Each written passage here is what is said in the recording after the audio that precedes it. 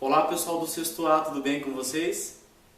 Vamos então dar continuidade aos conteúdos de língua portuguesa. Todos prontos?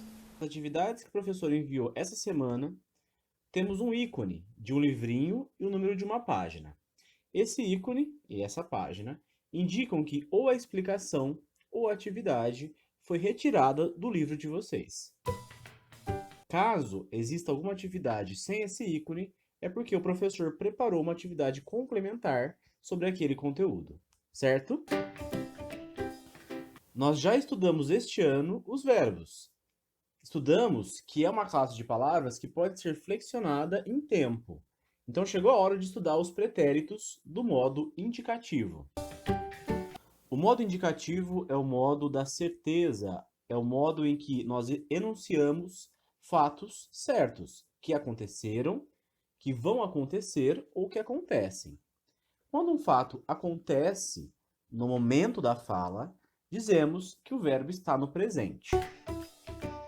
Se o verbo for flexionado no pretérito passado, temos três possibilidades de flexão: pretérito perfeito, pretérito imperfeito e pretérito mais que perfeito. Ao flexionarmos um verbo no pretérito perfeito do indicativo, temos a noção de que aquela ação foi concluída, foi terminada, foi acabada. Prestem atenção nos exemplos. A menina chegou em casa. Verbo chegar, flexionado no pretérito perfeito. Então o sapo ajudou a princesa. Verbo ajudar, flexionado no pretérito perfeito do indicativo. Já o pretérito imperfeito sinaliza ações que no passado eram habituais, eram rotineiras. Pode também sinalizar, esse verbo pode significar ações não terminadas. Alguma coisa aconteceu para que aquela ação fosse interrompida, por exemplo. Vamos às frases. Quando eram crianças, os primos jogavam bola na casa da avó. Verbo jogar, flexionado no pretérito imperfeito, indicando que o ato de jogar era uma ação habitual no passado. Segunda frase. O garoto jogava bola quando se machucou. Percebam que ele não terminou a ação de jogar. Essa ação foi interrompida, por isso que jogava. A princesa vivia em um castelo. Podemos dizer então que um conto que use esse verbo trata de uma época imaginária, passada, da ficção. O pretérito mais que perfeito pode parecer um pouco estranho. O nome assusta, mas não é tão difícil assim na prática. O pretérito mais que perfeito, ele sinaliza ações que ocorreram num passado anterior ao da narrativa. Ou seja, a função do pretérito mais que perfeito é indicar que aquela ação aconteceu antes de um outro verbo da frase, antes de outra ação da frase, que ocorreu no passado. Para ficar um pouco mais claro, vamos aos exemplos.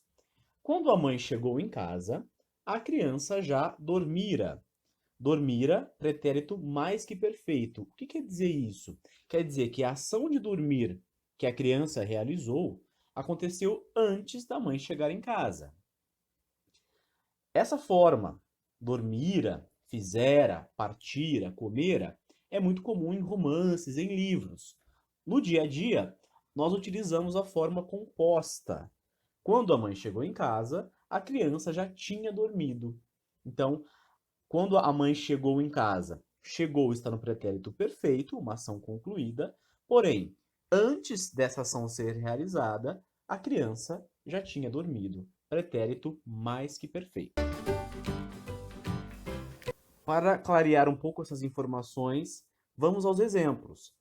Aqui no canto superior, nós temos um cubo mágico para fazer uma analogia ao fato de flexionar, de mudar as peças. Então, o verbo pode ser flexionado. Começaremos flexionando no presente.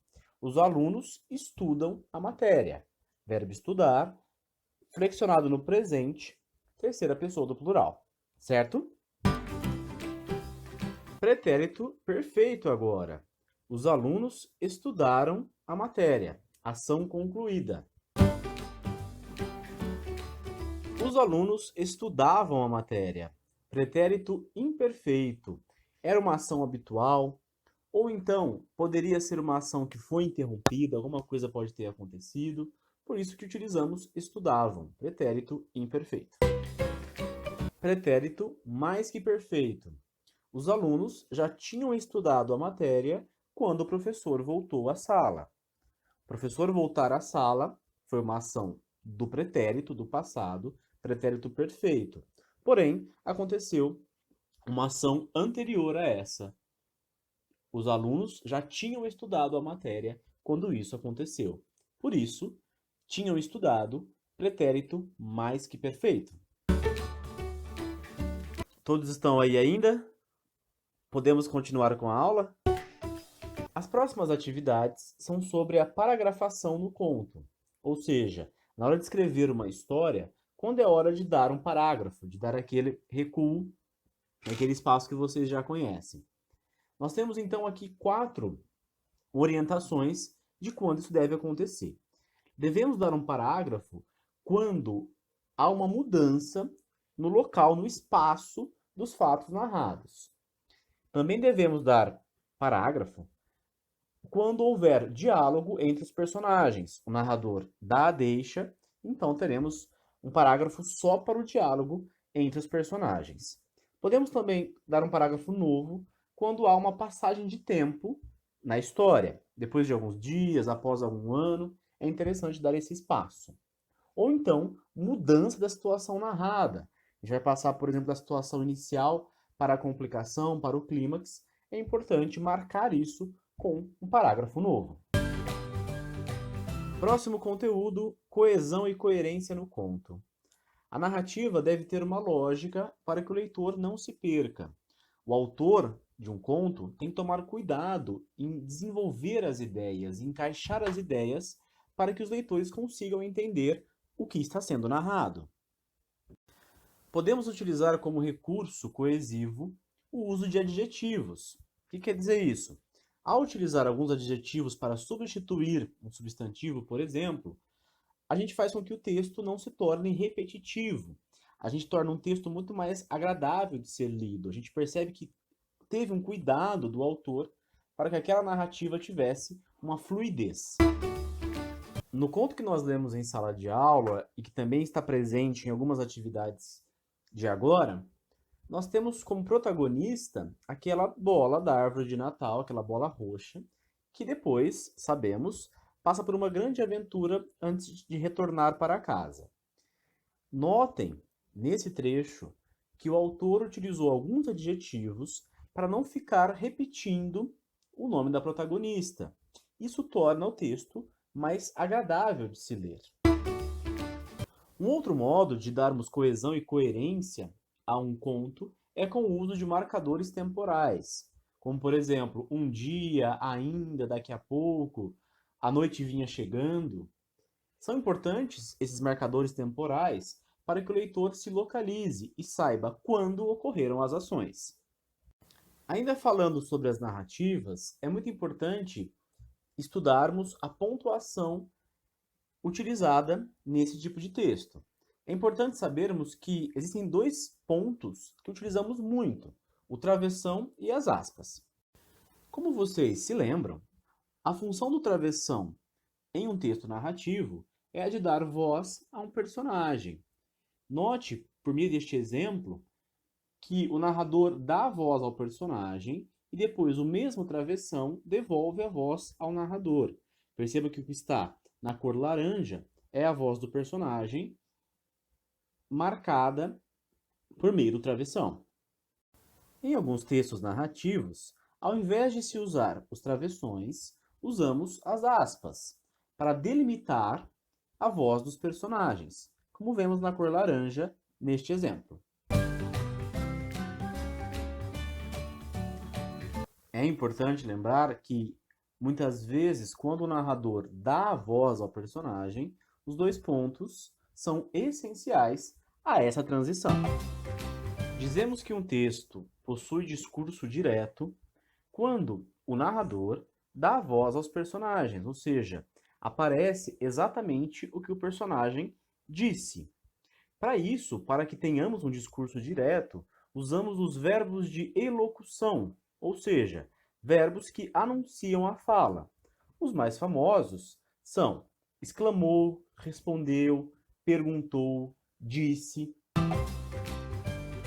No discurso indireto, o narrador nos conta qual foi o conteúdo da conversa entre os personagens. Ou seja, a fala dos personagens é modificada pelo narrador. Ele vai adaptar o que foi dito para dizer, então, para transpor ao leitor. Note aqui nesse exemplo. Certo dia, a mãe pediu que ela fosse à casa de sua vizinha.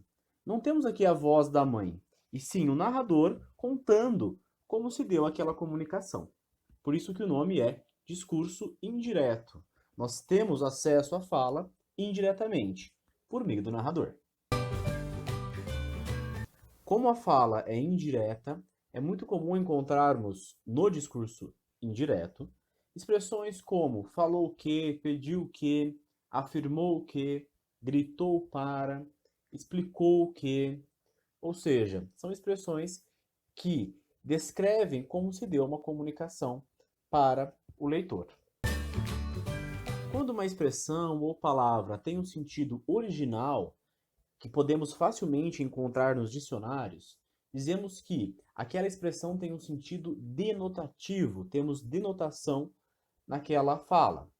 Por outro lado, quando a expressão foge do seu contexto original e vai para um outro contexto, um contexto mais figurativo, dizemos que houve conotação.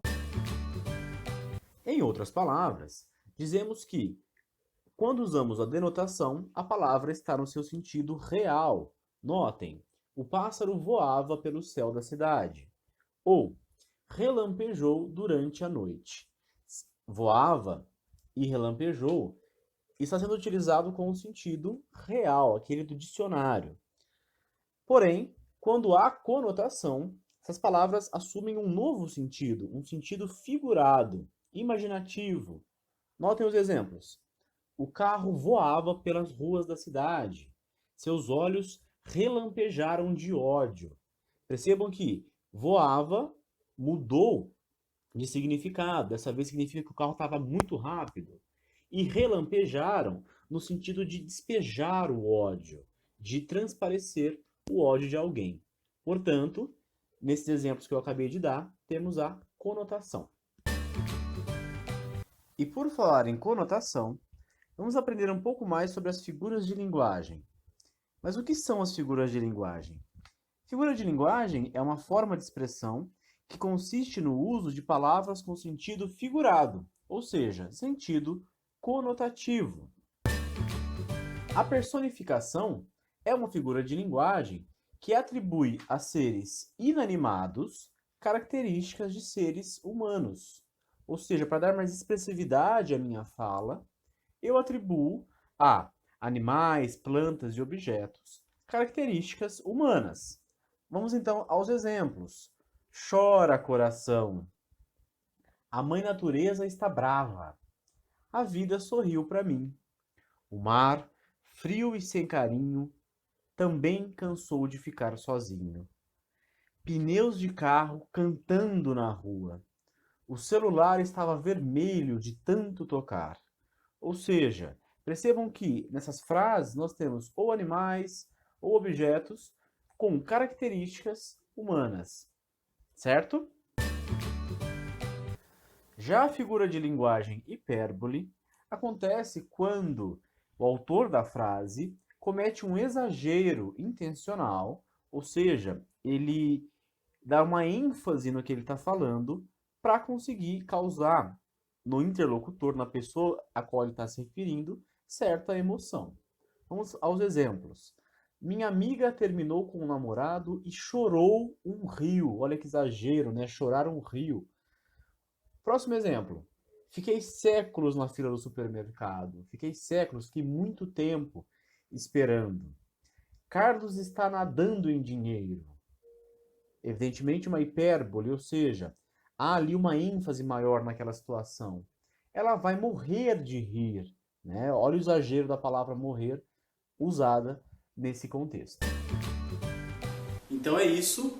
Façam as atividades com muita atenção e a gente se vê na próxima. Tchau, tchau!